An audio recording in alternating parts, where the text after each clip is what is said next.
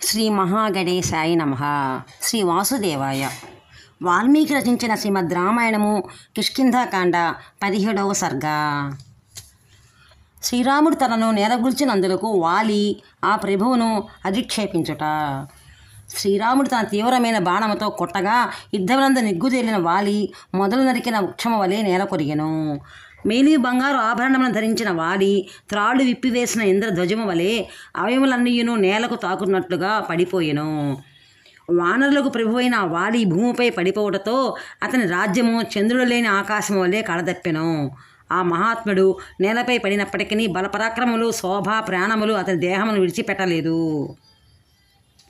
వజ్రములో పొరగబడిన ఇంద్రదత్తమగు ఆ బంగారు దండ వానర ప్రభువు యొక్క ప్రాణములను బలమును తేజస్సును కాపాడెను. బంగారు మాలతో ఒప్పుచ్చిన మహావీరుడుగా వాలి సంధ్యా సమయమునందలి ఎర్రని కాంతులతో కూడి ఉన్న మేఘము వలె విలసిల్లుచుండెను.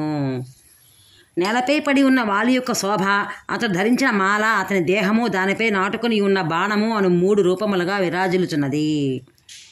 శ్రీరాముడు ప్రయోగించిన ఆ అస్త్రము స్వర్గమునకు దారి చూపినది. అట్టి ప్రభావము గల శరము వీరుడైన వాలిని పరమపదమును పొందుటకు అర్హునిగా చేసెను. యుద్ధరంగమున పడి ఉన్న వాలి తిన్నగా కన్నులు తెరచి చూడుచుండెను. అప్పుడు అతడు మంటలు ఆరిపోగా మిగిలి ఉన్న అగ్ని వలె ఉప్పుచుండెను. పుణ్యము క్షీణించిన పిమ్మట దివి నుండి భూమికి జారిన యయాతి వలెను, యుగాంతమందు దైవికముగా నేలరాడిన సూర్యుని వలెను విలసిల్లుచుండెను. అతడు మహేంద్రుని వలె ఎదిరింప శక్యము కానివాడు, ఉపేంద్రుని వలె సహింపరానివాడు. అతడు ఇంద్రుని వరము వలన జన్మించినవాడు, బంగారు హారమును ధరించినవాడు. అతని వక్షస్థలం విశాలమైనది. అతడు ఆజానుబాహువు, చక్కని ముఖకాంతి గలవాడు. అతడి కన్నులు బంగారు వన్నె కలిగి మెరుగుచుండును. అట్టి వాలిని రామలక్ష్మణులు ఆదరముతో చూసి ఆయనను సమీపించిరి. అంతటా వాలి మహాబలశాలురైన రామలక్ష్మణుని చూచెను. పిదప అతడు సవినయముగా ధర్మబద్ధముగానే శ్రీరామునితో ఇటు పరుషవచనములను పలికెను. స్వామి, నీవు ఒక మహారాజుగారి మహాకుమారుడవు, సకల ధర్మశాస్త్రములను అభ్యసించిన వాడవు, ఉత్తమ వంశమున జన్మించిన వాడవు, సత్వగుణము కలవాడవు, పరాక్రమవంతుడవు, ధర్మ నియమములను పాటించువాడవు, అన్ని విధములుగా ఖ్యాతికెక్కిన వాడవు. నేను వేరొకరితో యుద్ధము చేయుచున్నప్పుడు నీవు నన్ను చంపి ఏమి బాపుకొంటివి? నేను విజృంభించి యుద్ధము చేయుచున్నప్పుడు నా వక్షస్థలమున బాణముతో ఎందుకు కొట్టితివి? శ్రీరాముడు కనికరముతో ఆశ్రితులను కాపాడుచుండువాడు, ఎల్లప్పుడూ ప్రజల హితమునకే పాటుపడువాడు, దయామయుడు, గొప్ప ఉత్సాహ శక్తి గలవాడు, సదాచార సంపన్నుడు, చేపట్టిన దీక్షను విడవనివాడు అని సకల ప్రాణులను ఈ భూమండలమున నీ కీర్తిని గానము చేయుచుండెను. ఓ ప్రభు, ఇంద్రియ నిగ్రహము, మనోనిగ్రహము, సహనము, ధర్మాచరణము, ధైర్యము, సత్యవ్రతము, పరాక్రమము, అపరాధులను దండించుట మొదలగు అన్నీను రాజులకు ఉండవలసిన గుణములు.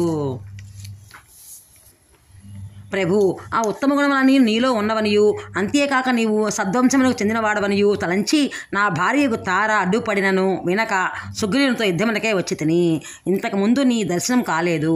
ఇతరులతో యుద్ధమున మునిగి ఉన్న నన్ను ధర్మాత్ముడైన శ్రీరాముడు దెబ్బతీయుడు అని నేను విశ్వసించి ఉంటిని.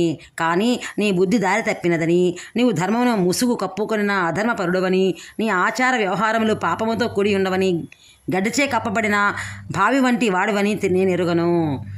బూడిదలో దాగి ఉన్న నిప్పు వలె నీవు సత్పురుషుల వేషములో ఉన్న పాపాత్ముడవు, ధర్మమును అడ్డుపెట్టుకుని లోకమున మోసగించున్నవాడవు అనియు నేను ఇంతవరకును ఎరుగను. నీ దేశమున నీ పురమున నేను ఎప్పుడూ నీకు అపకారమునే తలపెట్టలేదు, నిన్ను అవమానపరిచి ఎరగను. అట్టి నిరపరాధైన నన్ను నీవు ఎందులకు చంపబూనితివి? నేను కాయా కసురులను తినుచో వనములో జీవించుచుండి వానరుడను, నిన్ను ఎదిరించి యుద్ధము చేసిన వాడును కాను. మరి ఒకరితో పోరాడుచున్నప్పుడు నీవు నన్ను ఎందులకు చంపబూనితివి? ఓ రాజా, నీవు ధర్మపరుని వలె జటావల్కముల వేషమును ధరించితివి. వాస్తవముగా నీవు అధర్మపరుడవు. క్షత్రియ వంశమున పుట్టినవాడు, వేదశాస్త్రమును అభ్యసించినవాడు, జ్ఞాన ఎగుటచే సంశయములు లేనివాడు, ధర్మ మార్గమును అవలంబించినవాడు ఎవడు ఇట్టి క్రూరమైన కర్మకు పాల్పడును? ఓ రామా, నీవు రాజవంశమున జన్మించిన వాడవు, ధర్మాత్ముడుగా ప్రసిద్ధి కన్నవాడవు, పైగా సౌమ్య రూపముతో ఉన్నవాడవు. కానీ అట్టి నీవు ఇట్టి క్రూర కర్మలకు ఎందుకు ఒడిగట్టిదివి? ఓ ప్రభు, శాంతగుణము, దానము, సహనము, ధర్మాచరణము, సత్యవచనము, ధైర్యము, పరాక్రమము, అపరాధులను దండించుట అనునివి మహారాజుల లక్షణములు. రామా, మేము వనములలో సంచరించిన మృగములము, ఫలమూలములే మా ఆహారములు, ఇదే మా జీవన విధానము. నీవేమో నరుడవు, పైగా మహారాజువు. రాజ్యము కొరకును వెండి బంగారముల కొరకును సంపదల కొరకును సామాన్యముగా రాజులకు కలహములు జరుగుచుండును. మరి ఇప్పుడు ఈ వనమున నా నుండి ఏ ఫలమును ఆశించుచున్నావు? నీ నీతిని పాటించుట, అణుకువ కలిగి ఉండుట, దోషులను దండించుట, నిర్దోషుల ఎడ అనుగ్రహమును ప్రదర్శించుట రాజు పాటింపవలసిన ముఖ్య విధులు. వీటిని అవివేకముతో తారుమారు చేయరాదు. పాలకుల నియమములకు లోబడి ఉండవలెను. తోచిన రీతిగా ప్రవర్తింపరాదు.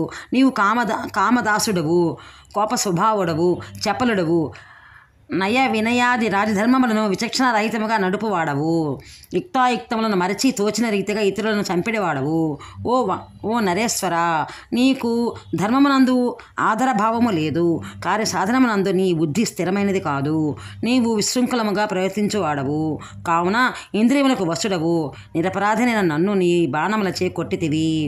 ఇట్టి నీచమైన పనికి వడగట్టిన నీవు ఇందులకు సత్పురుషులకు ఏమని సమాధానము చెప్పెదవు? రాజద్రోహి, గోబ్రాహ్మణ హత్యలకు పాల్పడినవాడు, చోరుడు, ఎల్లప్పుడూ ప్రాణులను వధించుండేవాడు, నాస్తికుడు, అన్నింటికంటేనూ ముందుగా పెళ్లి చేసుకున్నవాడు, వీరందరికీ నరకయాతనలు తప్పవు.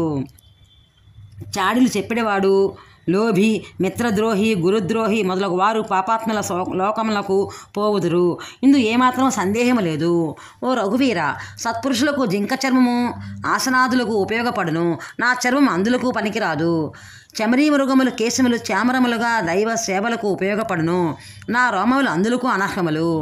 ఏనుగుల ఎముకలు లోకములకు ఉపయోగపడినట్లు నా ఎముకలు కూడా ఉపయోగపడవు. నీవంటి ధర్మాత్ములకు నా మాంసఖండములు తినుటకు అయోగ్యములు. ఏవైనా అనివార్య కారణముల వలన బ్రాహ్మణ, క్షత్రియ, వైశ్యులు మాంసాహారులైనచో వారికి పంచనఖ జంతువులతో ముళ్ళపంది, కుక్కలను చంపిడి, వరాహము, ఊడుము, కుందేలు, తాబేలను 5 మాత్రమే భక్షింపదగినవి. ప్రాజ్ఞులు నా చర్మమును గాని ఎముకలను గాని తాకనే తాకరు. నేను 5 గోళ్ల జంతువునే అయినను నా మాంసం ముక్కలు తినుటకు పనికిరావు.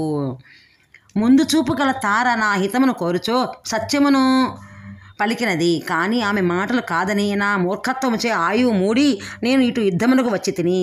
కాకుచ్చ, శీలవతి అయిన యువతికి ధూర్తుడనైన పతి చేతిలో రక్షణ కరువైనట్లు నీ వంటి రాజు యొక్క పాలనలో పడిన భూమి దిక్కులేనిదగును. నీవు కపటివి, ఇతరులకు అపకారం చేయుచో జీవించువాడవు, నీచపు పనులకు చేయువాడవు, నక్క వినయము గలవాడవు. ఇటు పాపాత్ముడైన నీవు మహాత్ముడైన దశరథ మహారాజునకు కొడుకువై ఇట్లు పుట్టితివి. శ్రీరాముడు అనడి ఏనుగు సదాచారములనడి బంధములను త్రెంచివేసినది. సత్పురుషుల ధర్మ మార్గమును విడిచిపెట్టినది. ధర్మమనడి అంకుశమును పారవేసినది. అట్టి ఏనుగు చేతిలో నేను హతుడనైతిని. నీవు చేసిన పని అనుచితమైనది. దీనిని సత్పురుషులు నిందింతురు. ఇది నీకు శ్రేయస్కరము కాదు. ఇటు అకృత్యమునకు పాల్పడిన నీవు సజ్జనుల మధ్య దీనిని ఎట్లు సమర్థించుకొందువు? ఓ రాజా, నిరపరాధులమైన మా వంటి వారి ఎడ నీ పరాక్రమను ప్రదర్శించితివి. ఇటు నీ పరాక్రమను నీకు అపకారం చేసిన వారి ఎడ చూపినట్లు మాత్రము నేను ఎరుగను. రాజకుమార, శక్తి సామర్థ్యములను ప్రకటించుటకు ఎదురుగా నిలిచి నీవు నాతో యుద్ధమునకు దిగి ఉండచో మరుక్షణమే నా చేతిలో హతుడివే నీవు మృత్యువు కవిలిలో చేరి ఉండేవాడవు. రణరంగమున నన్ను ఎవరునూ ఎదిరింపజాలరు. అట్టి నేను వేరొకరితో యుద్ధము చేయుచున్నప్పుడు మద్యపానము చేసి స్పృహ తప్పి పడి ఉన్న వానిని పాము కాటు వేసినట్లు నీవు చాటును దాగి ఉండి నన్ను దెబ్బతీసేతివి. సీతాదేవిని తీసుకుని వచ్చుటకే నీవు సుగ్రీవుని ఆశ్రయించితివి. అతని తృప్తికై నీ బాణముతో నన్ను చావు దెబ్బ కొట్టితివి. అట్లు కాక ఆ దేవి కొరకై నీవు ముందుగా నన్నే కోరి ఉండవలసినది. అప్పుడు నేను ఆ సాధ్విని 1 రోజులో తీసుకుని వచ్చి నీకు అప్పగించిన వాడను.